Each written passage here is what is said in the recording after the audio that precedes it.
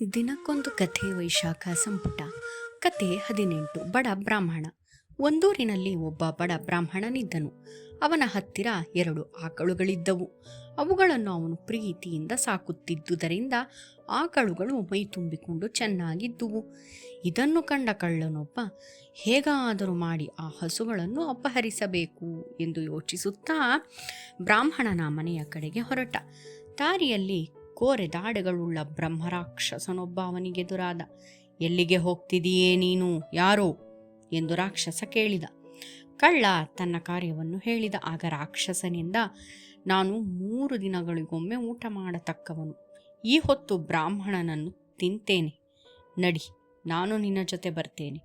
ಇಬ್ಬರು ಬ್ರಾಹ್ಮಣನ ಮನೆಯ ಬಳಿಗೆ ಹೋಗಿ ಕತ್ತಲಾಗುವುದನ್ನೇ ಕಾಯುತ್ತಾ ಕುಳಿತರು. ರಾತ್ರಿಯಾದ ಬಳಿಕ ಬ್ರಾಹ್ಮಣ ಮಲಗಿಕೊಂಡ. ಅವನನ್ನು ತಿನ್ನಲೆಂದು ರಾಕ್ಷಸ ಮುಂದೆ ಹೆಜ್ಜೆ ಇಟ್ಟ.